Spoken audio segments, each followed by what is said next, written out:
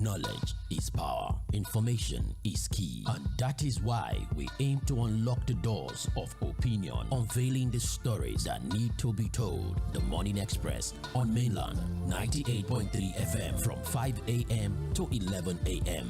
as we invoke the thought-provoking discussion, tackle the tough questions, challenge assumption, and give a voice to the unheard. This is the Morning Express on Mainland 98.3 FM. Welcome on board the Morning Express. Good morning.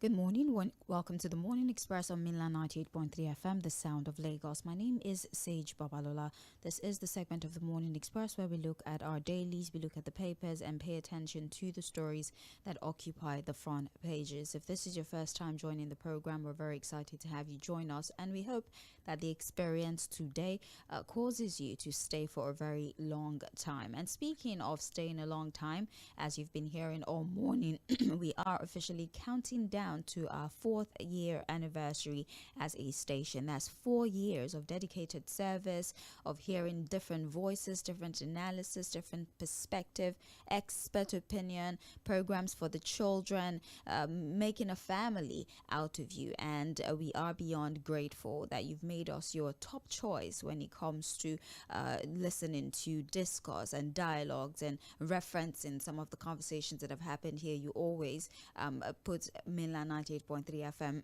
in that mix. And so over the course of the next, say, 7 to 10 days, we have a series of events lined up to celebrate you, to appreciate you, and just make you feel as special as you really are. Because without you, I mean, what exactly are we doing here? So by the 1st of October, we would be 4 years old. That's our actual birthday, or our anniversary celebration, if you like. But from the 25th September, which is tomorrow, we have a series of events planned out for you.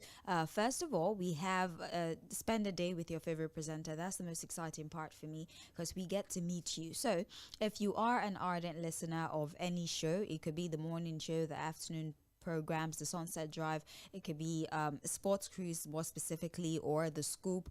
If you listen to particular programs and you're an ardent listener, you call all the time, we're familiar with your name, you just might be the one that would be selected. So we're going to select one person across all shows that will come into the studio live and spend the program time with their favorite presenter. So if your favorite program is The Buzz and you call all the time, you get to spend the entire hour with Jaydan and Bibi on The Buzz as their special guests. So we turn on the microphone and you talk to us. If your favorite program is The Scoop, you get to join Daisy, T, and Agbatomi on that program.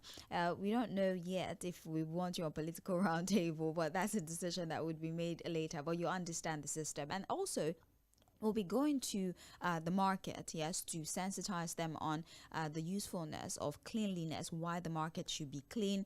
We'll also, of course, have a lot of goodies for those in the market. It's just like a CSR, our part in ensuring that we have clean, healthy markets, especially now that the government have been shutting down markets for violating health rules. So we want to go to these markets to teach them the right things to do, as well as have a great time with them. We also have a football match between Mainland FM and 3 other organizations that would be happening on the 27th of September. That's on Saturday at 9 a.m. Yes, and so we will be playing a football match to see if we're as athletic as the other organizations. Yes, there's prizes to be won, there's food, there's drinks, and it's just a celebration. And ultimately, we have a roundtable discussion that will be happening. We would have experts from different fields join us here at the station. It's going to be a 2-hour session where we'll talk about nation building. In as much as we're having fun, we need to pay attention to the things that matter.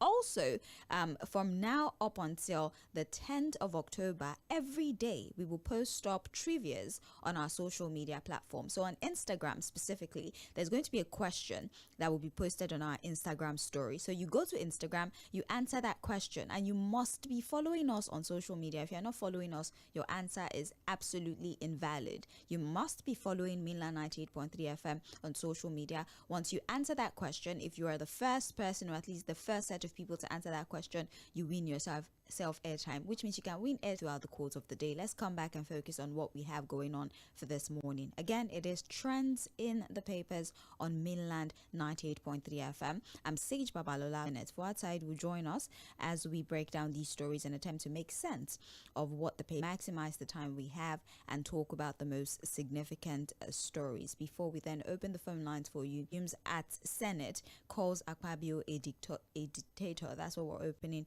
this conversation with. But before then, good morning, Fᴜᴜᴜ. Thank you for joining us. Good morning, Sage. How are you? Senate calls Akpabio dictator. Now, the Punch is reporting the Senate representing Kogi Central, Natasha Akpoti-Uduaghan, on Tuesday resumed legislative duties at the National Assembly after a month of suspension, describing Senate President Godswill Akpabio as a dictator.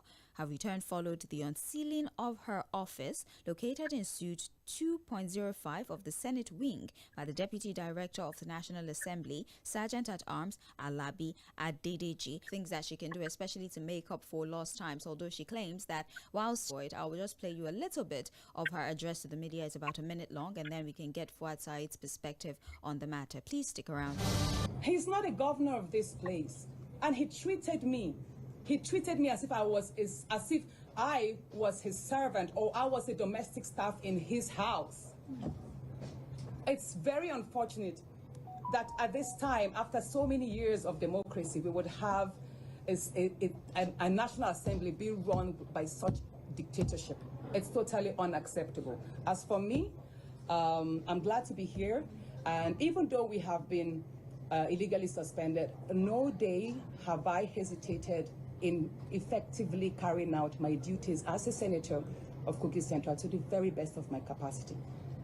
I have never, no day went by without me looking out for opportunities, either in terms of bringing infrastructure or projects to my people, and even jobs wherever I could, because I didn't want them to suffer, the neglect and the vacuum that was created by this injustice. So I thank you. All right, there you have it. The suspended, now reinstated Senator representing Kogi Central, Natasha, who has resumed her office, have been unsealed. Of course, she called out the treatment that was meted out on her. But remember that plotted to have her assassinated, emphasis here being allegation. That particular matter has been adjourned till the 20th of October. But the most recent information we have now, she has resumed. Well, she's back. Natasha. And I think she, for me, exemplifies a whole lot that should be, when it comes to principled politicking, they show that, look, this is a woman who is ready to fight for her rights at all times. Again, it was almost like a forceful entry. I think something happened somewhere. Maybe a call was to the National Assembly. The initial position was that, look, because the case was still in court, the cases were still in court, it wasn't going to be safe. The most important part of the conversation for me is not even whether we have a dictatorship at the headship of the National Assembly at this time. I think that has turned out. We have a dictator who is not just a dictator to his colleagues in the National Assembly, but a dictator who is also stressed. But we have a dictatorship that is almost like a puppet when it comes to the discharge of their function as National Assembly. So they become so docile to the point where this National Assembly is a rubber stamp assembly. And I think for people who have started this 10th National Assembly, a rubber stamp assembly, they are spot on, correct, accurate. There's nothing else to call them. There are worse words to describe how they perform their job. We still don't have, although they've been passed judgment, one was hoping that, look, on this Natasha matter, we'll get more clarity in terms of, and of course also can be superior to the dictates of the Constitution. And when at any time there's a violation of the Constitution. Which one takes precedence? Which one should be superior to what is in the Constitution? In fact, the common verdict is that, look, whatever rule you come up with that violates the dictates of the Constitution becomes null and void, if you understand what I'm saying. But again, wait to see what the relationship will be going forward. How she's going to discharge her duties. She has a right as a senator to represent her people. She was voted for by the people. She was not an assembly. So she has a right to be there because she was voted for by people, the good people of Kogi Central, to represent them. And the same thing also goes to the idea of suspending the governor. So this idea of throwing suspension right, left, and center to elected officials, not appointed to state, should be something that should concern us in this breaking house rules. You suspended and elected, but again, maybe part of the learning curve, but it's unfortunate that 26 years of our democracy, we are still in this mess. All right. Well, we'll see how this plays out. As I said, the defamation case has been adjourned till October 20. If the judgment will have any influence on her ability to carry out her duties at the Senate, I guess it's fingers crossed. Well, let's move on to other stories. Nigeria lost crude oil valued at a staggering 8.41 trillion naira to theft and metering a defamation commission. Although the regulator celebrated recent progress in reducing daily losses to their lowest levels in nearly 16 years, experts warn that the cumulative economic toll remains devastating and exposes governance failure in the oil sector. Now, the analysis shows that Nigeria lost 37.6 million barrels of crude in 2021, 20.9 million by January and July of 2025. The report goes on further to do some sort of contracts that even the budget for critical sectors like health, transportation, they are below the losses that we've suffered in the oil sector. So we're losing so much oil. The amount that we lose in terms of oil theft even surpasses the entire 20.9 million to some 4 and 2 point something a million. But economists are still warning that no matter how small, if this continues, that we're losing it to oil theft and what is considered metering issue, that metering issue. Is it that when it comes to selling of these things, we are not able to do the right calculation. So instead of selling 10,000 barrels, you put out 50,000 barrels. Is it by a mistake or is deliberate? You pretend as if you don't know what to do, and then you overdo things to get a kickback or something. So there's a lot of technical terms that was put in that particular report. I think that the most important thing I'll say, yes, that's Tᴏɪᴛᴛᴇ arrangement. Yes, there's been a significant drop in oil theft, but it's still huge, still big, to the point where from 2021 to 2025, it's estimated that we've lost about 8.something trillion, in stolen oil. That should stop because, again, those are many to do to fix the problem. Well, that's the situation. There's still many other reports regarding the oil sector here, as we have stakeholders in the oil value chain that are pushing, especially Pengassan and Upeng, rejecting the government's plan to sell assets.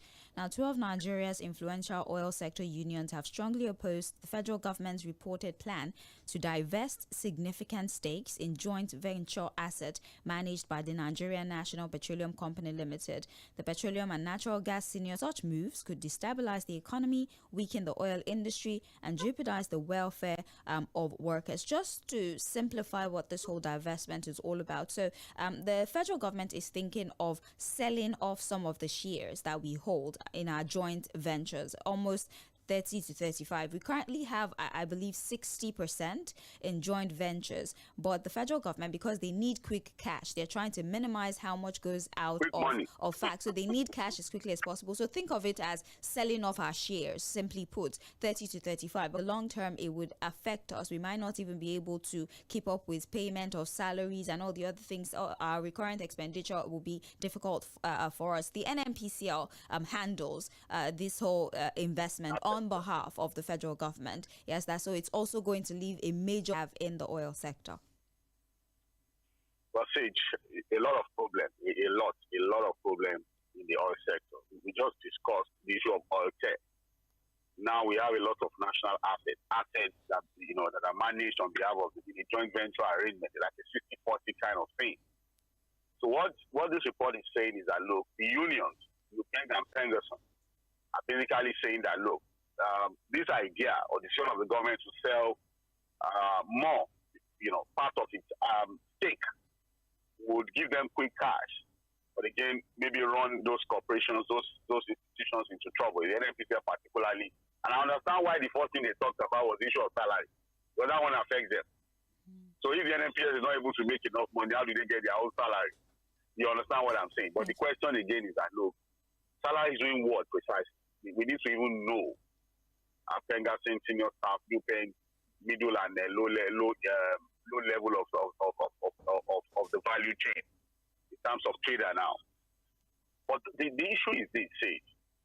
I have followed, reported. There's nothing to show for it. There's nothing, Sage. Because again, you see, we're still going to talk about the issue of revenue. I'm sure it's in one of the reports. We're looking for money. We are making, and as we speak, we sold all of those things. Say, let me give you most of those properties that were sold, most of those high rises, the land were sold as national assets. What can we point to that? When we sold all of these things, so these and these and these are the things we did with it.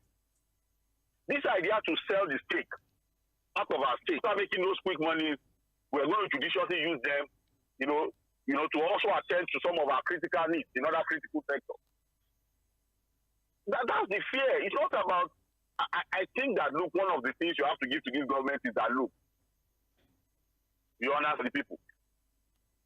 You understand what I'm saying? I'm with you. So as long as we have this level of corruption here, because the more they don't have, major stake in these investments, the weaker they get in terms of their ability to be able to stay solvent at deals of assets. Can we confidently say that these monies will be judiciously used to better the lives of the people? We've seen it in the past. Sold all manner of things. I can't even be mentioning some of them. All across the country. No cost of any federal government assets. And nothing. If you go to First Start, what you see there today used to be the Victoria Land belonging to the federal government was sold. Still appreciate. Was even undervalued. Sold at 7 billion naira. The people that sold it today are the people writing letters up and down. Useless letters. It's going to be same of the same. Now, report trends in the papers. We're looking at our dailies, the Punch more specifically. Fuad Sai joins us via the phone. We're analyzing these reports. We're still live on Facebook. If you would like to speak on the stories that we're currently analyzing, www.mainlandfm.com. We're going back to the papers now. We have the Punch still.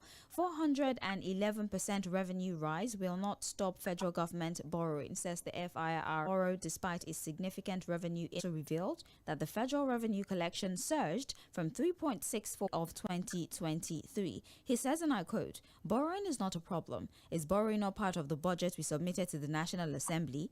At the Aso Villa in Abuja. So we have the chairman of the FIR. So regardless of the fact that we've seen an improvement in our revenue, it still does not mean that we cannot take advantage of the leeway that we've created for borrowing. And he says, contrary to opinion that the monies borrowed are used for payment of salaries, he says that they are used for because they are put into long-term investment to ensure a financial structure. Well, it would have been nice for him to give more details about the so-called long-term investment, so that we know what we are dealing with.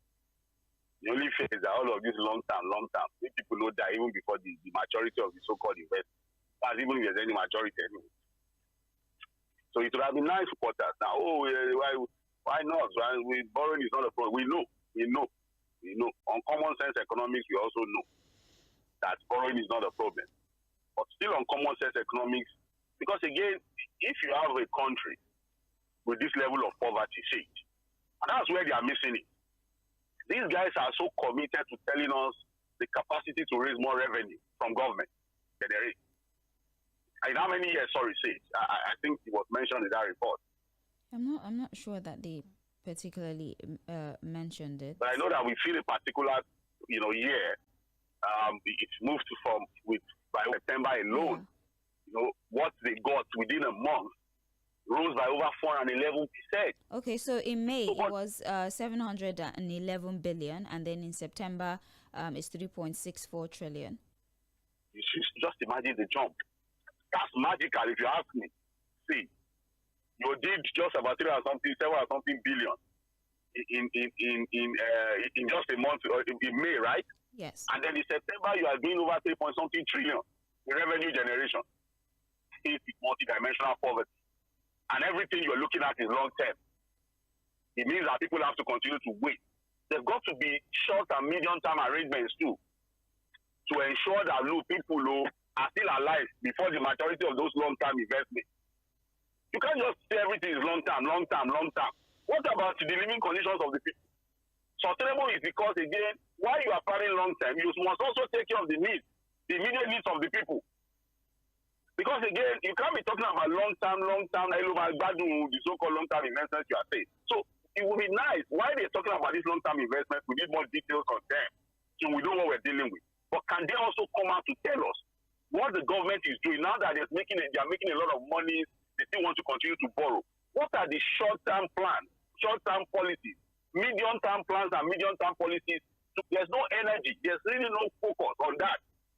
We should just leave long-term, to wait long-term. They are not doing any long-term thing. They are taking care of their own immediate needs.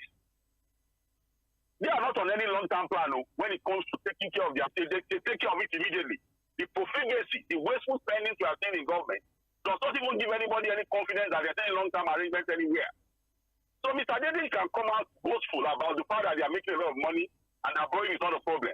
But what we are saying is that, look, well, that's the situation. We're making more money, but we still need to borrow. At least that's what the head of the FIRS thinks about that whole situation. Anyway, it's just for the sake of discourse, the CBN has lowered interest rates from 27.5% to 27%. I think this is the first cuts that we've seen in the last 3 MPC meetings that have happened. Yeah, so cuts, the significance is what is being questioned at this time. But what are your thoughts, Fuad? No, it's the first time. At least initially it's been, anytime they sit down for the MPC meeting, it's always, increasing it by, different points and what have you. For the first time, I think about 50 basis points, about 0.5% was dropped from the interest rate. It might not be too significant, because at 27%, the equivalent, it makes sense. For businesses, is when you drop it to single digits. So if we are still at 27%, I think there's still a long way to go. Begin to reduce the interest rate, because again, it's been a major concern for business owners. Once you continue to increase the interest rate, it makes it difficult for anybody to go into the bank to lend money to increase their investments and businesses. So let's see whether, we've gotten to a point of stability to drop the interest rates more. All right. Well, still looking at the Punch newspaper, strike, SANU, NASU extend ultimatum. The Joint Action Committee of the Senior Staff Association of Nigerian Universities and the Non-Academic Staff Union of University and Allied Institution have extended the strike ultimatum issued to the government by 2 weeks. Recall that both unions earlier gave the federal government a 7-day ultimatum over unresolved welfare issues, warning of a looming nationwide strike. In a joint letter signed by SANU President Mohammed Ibrahim, the union decried the unjust disbursement of the earned allowances to staff of universities, the non-payment of outstanding allowances, among others. Well, the strike that we feared might happen, they've come to some consensus to extend it by some 2 weeks to allow for further negotiation and for them to reach a middle ground. Now, there's questions around things that could not have been achieved almost a decade ago. What difference would 2 weeks make? But let's get your perspective on the decision to extend the ultimatum by 2 weeks. What expectations do you have, or what do you think these 2 weeks will be able to achieve? Well, let's hope that the government will take advantage of this extension to stop this industrial action. We don't want disruptions with stage. These disruptions are something we should continue to avoid at this time. I don't know why, again, negotiations take this long. And then you have situations where we have to get an industrial action before government now reacts. So let's hope that something will happen. We can only hope. You have to live on hope, really, on some of these things. To be more proactive and more committed, to solving some of these long-standing issues. Real time affect the poor people. Yeah. The health and education sector, and both now are trending by different industrial actions, pending industrial action. So let's see whether the government will be able to resolve some of these issues and keep our sector. Oluremi Tinubu, 65 years old, and she had already said that the monies or the gifts that anyone would give to her will be directed to the completion of the National Library. Of course, we had, for one, Peter Obi, who had said that this is, well, loosely translating, this is a joke, is a problem. The fact that the National Library is now treated like some pet project, right? Since we have allocation for this budget, I mean, by means of donation, well, the First Lady has also come out to sort of debunk the notion to repair or, well, to complete the National Library, and she has stated that the 20 billion naira library fundraiser has nothing to do with over 20.4 billion in donations, and she announced it last Thursday, and she has reflected on a previous fundraising milestone, underscoring her consistent dedication to nation building through philanthropy. So she says that this is not, I did not just start this endeavor, I have been doing fundraisers to fix other aspects of the economy in my own capacity, and this Nigerians with this donation. See, they say you're my group of friends, and I'm rethinking it seriously. You understand what I'm saying? I'm with you. And I think I only got text message and WhatsApp message. Some of them too long to read them. It's the thought that counts. No alert. It's the thought that counts. The First Lady said, look, don't do anything. Just donate the monies into a particular fund that I'm going to use, to ensure the completion of the National Library. And in about 0.4 billion has been donated to her.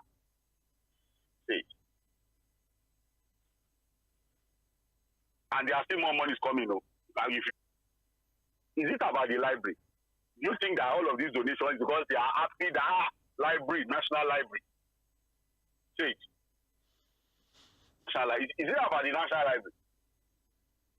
And that's why you see that in other clients, yes, there is money. You and I, you just raise that a month. You have over 20.4 billion out. Are they giving it out because they love the First Lady? Have they donated because it's about National Library? Or there could be issues of conflict of interest? Maybe you have a budget to fit. It shouldn't be about things like, it's about donations or a personal pet project of the First Lady. Because in it, if you check and recheck, begin to have some of these questions around why and where, and for what reasons have these guys put in this money to the First Lady. It can't be about the library. You have people coming to our radio station looking for 2 million, 2.5 million naira. They have kidney problems. They have this problem. They are looking for money for surgery. Kidney tried their best library. She's gotten over. So, good one from the First Lady. She said it, that look, this is not the first time. But if you look at the money she had raised in the past, compared to what she raised now, you saw the difference. I think some years back she said she raised only 50 million. Like they would say in Hausa land. It's not a constitutional. To put this into the National Library. If she has said that, look, just people probably would have still donated the money to her to say, Madam, happy birthday. I just did this to congratulate you. What it meant is that she would have still gotten the money. That's actually, you see, a lot comes to mind, reading the story. The first thing that comes. But but it is what it is. Congratulations to the First Lady, Leon. I know that she will get to 30 billion. She said more monies are coming in. But you know what, Sage? What if we have 1 billion? Maybe 500 million naira spread into, I was hoping that because the national we can't decide for her. So, and she has said it's not about 2027. I'm sure if it's about 2027, the money will be bigger than this. So for people who are saying it's political money, they don't know. You understand? You see, over 20.4 billion. If it's about political money, it's not about 20 billion. No. Better no. So congratulations again to the First Lady. Oh, congratulations to Sage Babalola. We have about 5 minutes to exit the studio, but let's see how many stories we can squeeze in that time frame. Thank you to everyone on the live stream. We appreciate you for your for joining. Now we're going to move to the Guardian News. Arrangements are in top gear for thousands of internally displaced persons to storm Abuja in protest. This was disclosed by the public relations officer of the Ajo government that allegedly proved incapable of ending insecurity. He says we plan to be peaceful enough. He's saying that since you cannot fix insecurity and let us go back to our homes rather than cramping us up in spaces called IDP camps, we will just come and be your neighbor and we'll be there. They've left their homes because government cannot guarantee their security. Even in IDP camps, they are still being attacked. Yeah. You know, they've been attacked on IDP camps too. And recruited. And recruitment and all manner of things. God IDP camps. That look, it's the worst, it's the most terrible condition that any human being can find themselves. You can imagine the level of crime, criminality that will be going on in such a place. So, again, maybe it's a warning to the president that look, they will carry their beds and tents and just come and camp somewhere close to Aso Villa. Because again, these things keep going on. 10 killed, 20 killed, 40 killed. Go through the papers. And our security operatives are also losing their lives. People are leaving their homes, villages on, you know, when it comes to this issue of it. Whereas you have a national team here, you cannot. But these guys are telling their stories. So where will government do that and allow them return to their of medical supply? The women, I mean, there are many cases or reports from those who live in the IDP camp. So at ancestral home, I mean, that's a decent thing to do something about this. We're still looking at the Guardian. Concerns in Lagos stems from the death of 4 female elected officials who died at the APC. However, tragedy started on August 13, 2025, when the councillor representing Ward C1 in Ibejuleki Local Council, Oluwakemi Rufai, died after a brief illness. 5 days later, we have Zainab Shotayo, who died at the age of 30, also after a brief illness. In the state reflects political hostility towards women. So 4 women have died just days or weeks. The APC spokesperson, Lagos APC spokesperson, said that is not the truth. It has nothing to do with political hostility. I even saw our friend Olalekon posting it and saying that look what's going on. I think it's a vice chairman. I guess from the number, I think about 400 people were elected, over 400, and 4 that are female amongst them have died in all manner of funny circumstances after brief illness. Some of them are not mentioned. And so that should concern the leadership of the party. If 4 female elected officials have died, there's something wrong somewhere. If you ask, well, what is wrong, I don't know. But there's a problem somewhere. The problem I can't even see. That's the report. How it goes out to the families, it might pose a problem, and so maybe I don't know what sort of investigation can be carried immediately. Maybe because of religious reasons, nobody's investigating. They've been buried almost immediately. So I don't believe that any autopsy was this time. And what's going on? Can they just cancel the UN and so that people don't converge again? It's waiting united for United Nations. Now, real waiting united. Everybody just doing his own thing. We need to go for outside. Thank you so much for your analysis. We'll be back for Mainland Focus.